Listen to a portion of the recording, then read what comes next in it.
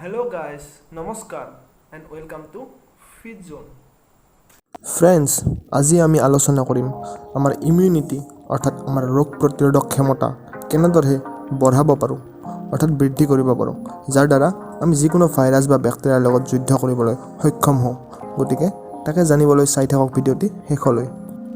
চাওক, প্ৰথমতে আমি জানিব লাগিব ৰোগ প্ৰতিৰোধক ক্ষমতা কি। গতিকে ৰোগ প্ৰতিৰোধক ক্ষমতা হৈছে আমাৰ বডিৰ এটা ডিফেন্স ছিষ্টেম, অৰ্থাৎ যিকোনো ভাইৰাছ বা বেক্টেৰিয়াৰ পৰা আমাক বচাই ৰাখিব পৰা এটা ক্ষমতা।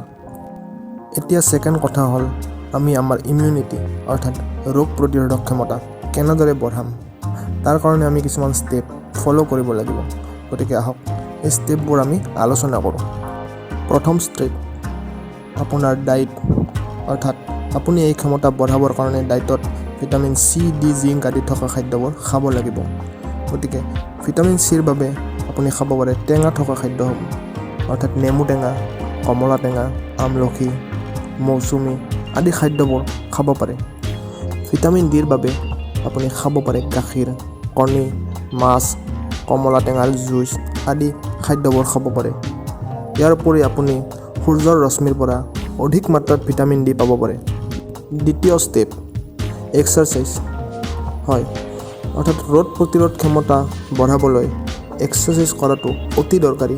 যিহেতু এতিয়া জিম বন্ধ, গতিকে আপুনি ঘৰতে কিছুমান এক্সাৰচাইজ যেনে ৰানিং আৰু অন্য কিছুমান ফিজিকেল এক্টিভিটি কৰিব পাৰে। তৃতীয় ষ্টেপ শ্লিপিং হয়, আপোনাৰ ৰোগ প্ৰতিৰোধ ক্ষমতা বঢ়াবলৈ অধিক মাত্ৰাত টোপনি অহাটো অতি দৰকাৰী। গতিকে আপুনি 7 পৰা 8 ঘণ্টা সময় টোপনি অহাটো অতি দৰকাৰী, যাৰ দ্বাৰা আপোনাৰ ৰোগ প্ৰতিৰোধ ক্ষমতা শক্তিশালী হোৱাত সহায় হয়। চতুৰ্থ ষ্টেপ ডিপ্ৰেশ্যন আৰু মেণ্টেল ষ্ট্ৰেছ এভইড কৰিব লাগিব।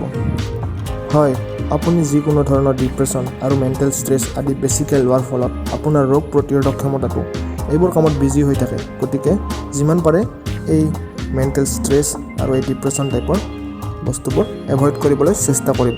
গতিকে এয়া আছিল আজিৰ ভিডিঅ'। যদি ভিডিঅ'টো ভাল লাগিছে তেতিয়াহ'লে লাইক কৰক, শ্বেয়াৰ কৰক, মোৰ এই চেনেলটো ছাবস্ক্ৰাইব কৰিবলৈ নাপাহৰিব আৰু কাষত থকা বেল আইকনটো ক্লিক কৰিবলৈ নাপাহৰিব। ধন্যবাদ।